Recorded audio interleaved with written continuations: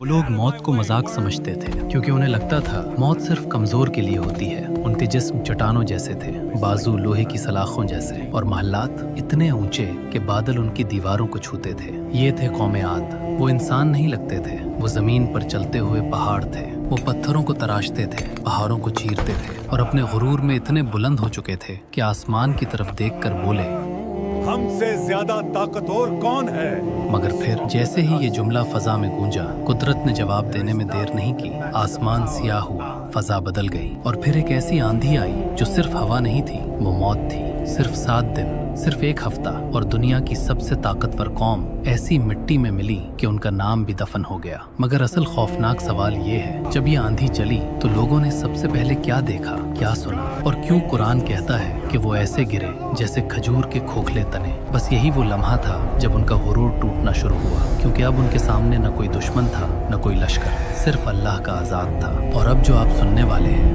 वो एक कौम के अंजाम की वो तस्वीर है जिसे कुरान ने कयामत तक के लिए मिसाल बना दिया। जरा तसव्वुर की आंख से देखें, तूफान नूह के बाद जब जमीन दोबारा आबाद हुई तो अहकाफ के रेगिस्तानों में एक ऐसी नस्ल परवान चढ़ी जिसे देखकर आज का इंसान कांप जाए। अल्लाह ने कौम आद को वो जिस्मानी साख्त दी थी जो तारीख में फिर कभी नहीं दोहराई गई। मुफस्सिरीन लिखते हैं कि उनका एक आम आदमी भी 15 से 20 फुट लंबा था। उनकी पसलियां लोहे की तरह सख्त थीं और उनकी उम्रें 500-500 साल तक होती थी। ये लोग शेरों और चीतों का शिकार ऐसे करते थे जैसे कोई खरगोश पकड़ रहा हो। उनके कदमों की धमक से जमीन हिलती थी। ये लोग सिर्फ कदावर नहीं थे, ये इंतहाई ज़हीन भी थे। उन्होंने सहरा के बीचों बीच ऐसे निज़ाम बनाए थे कि वो बंजर जमीन सोना अगलने लगी। लेकिन उनकी सबसे बड़ी कमजोरी उनकी ताकत ही बन गई। उन्हें यकीन हो गया था कि उन्हें कोई शिकस्त नहीं दे सकता। वो भूल गए कि ये ताकत उनकी अपनी नहीं बल्कि एक कर्ज थी। अपनी ताकत के नशे में चोर उन्होंने एक फैसला किया, एक ऐसा शहर बनाने का जो जन्नत का मुकाबला कर सके। उन्होंने अरम की बुनियाद रखी। कुरान उसे ज़ातुल इमाद कहता है, यानी बड़े सुतूनों वाला शहर। ये कोई मामूली ईंटों का शहर नहीं था। उन्होंने यमन और ओमान के पहाड़ों को काटा और उनके अंदर से संगे मरमर के ब्लॉक्स निकाले। उन्होंने सोने और चांदी का इस्तेमाल ऐसे किया जैसे वो मिट्टी हो। कहा जाता है कि उनके सुतूनों पर हीरे जुड़े होते थे जो रात के वक्त सितारों की तरह चमकते थे। उन्होंने सहरा में नहरें खोदे और बाग लगाए। वो अपने आलीशान तख्तों पर बैठकर नीचे चलने वाले इंसानों को कीड़े मकोड़े समझते थे। वो रास्तों पर ऐसी निशानियां और इमारतें बनाते जिनका कोई मकसद नहीं होता था सिवाय उसके कि आने जाने वालों पर अपनी धाक बिठा सके। ये शहर उनके तकब्बुर का सबसे बड़ा सबूत था, और यही शहर उनका कब्रिस्तान बनने वाला था। जब जुल्म हद से बढ़ गया तो इसी बस्ती में एक तन्हा आवाज गूंजी। ये हजरत हूद अलैहिस्सलाम थे। वो उन्हीं के भाई थे, उन्हीं की तरह ताकतवर, मगर उनका दिल अल्लाह के खौफ से भरा हुआ था। इस मंजर का तसव्वुर करें, एक तरफ हजारों देव हैकल सरदार जो शराब के नशे में धुत, अपने तकब्बुर में गर्क, और उनके सामने एक अकेला शख्स। हूद अलैहिस्सलाम ने उन्हें खबरदार किया, ऐ मेरी कौम, इन पत्थरों की पूजा छोड़ दो। ये महलात तुम्हें नहीं बचाएंगे। अल्लाह से डरो, वरना वो तुम पर ऐसा दिन लाएगा जिसका अजाब तुम सह नहीं सकोगे। कौम का रद्द-ए-अमल क्या था? खौफ नहीं, बल्कि तहकहे। उनके सरदार हंस पड़े और बोले, क्या तुम पागल हो गए हो? हमें अजाब से डराते हो? हमारी फौज देखो, हमारे कल्ले देखो। कौन है जो हमारा कुछ बिगाड़ सके? अगर तुम्हारा रब सच्चा है तो ले आओ वो अजाब जिसकी तुम धमकियां देते हो। उन्होंने अपनी मौत को खुद दावत दी। वो नहीं जानते थे कि उनकी फाइल पर मोहर लग चुकी है। फिर कुदरत का पहला वार हुआ। आसमान ने पानी रोक लिया। 3 साल, मुसलसल 3 साल तक बारिश का एक कतरा नहीं बरसा। वो लहलहाते बागात सूख कर लकड़ी बन गए। वो नहरें जिन पर उन्हें नाज था धूल उड़ाने लगी। जानवर प्यास से मरने लगे और इन देव हैकल इंसानों के हलक खुश्क हो गए। लेकिन उनकी अकड़ फिर भी न गई। वो अपने बुतों के सामने गिड़गिड़ाते रहे मगर अल्लाह के सामने नहीं झुके। फिर एक सुबह अफक पर एक काला सियाह बादल नमूदार हुआ। पूरी कौम खुशी से पागल हो गई। वो घरों से निकल आए, ढोल बजाने लगे, रक्स करने लगे कि देखो हमारे देवता बारिश ले आए।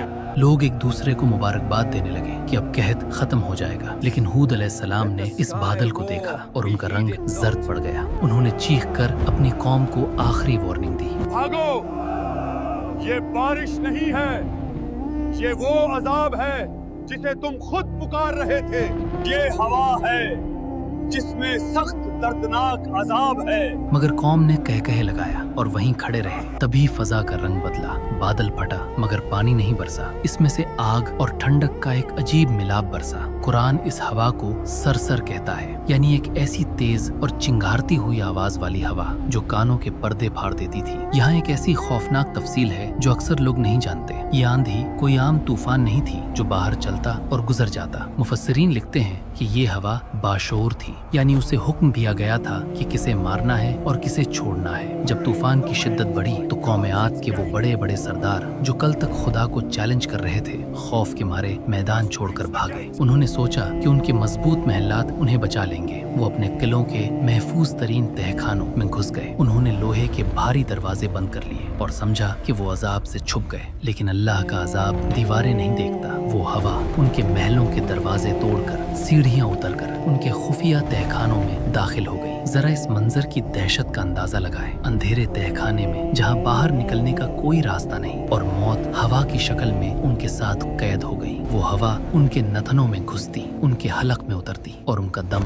घूट देती। वो एक दूसरे से लिपट कर चीखते थे, मगर हवा का शोर इतना था कि कोई किसी की आवाज नहीं सुन सकता था। वो अपनी पनाह गाहों में ही दफन हो गए। उनकी वो टेक्नोलॉजी, वो इंजीनियरिंग जिस पर उन्हें नाज था, वही उनका कब्रिस्तान बन गई। और जो लोग बाहर रह गए उनका हाल तो और भी भयानक था।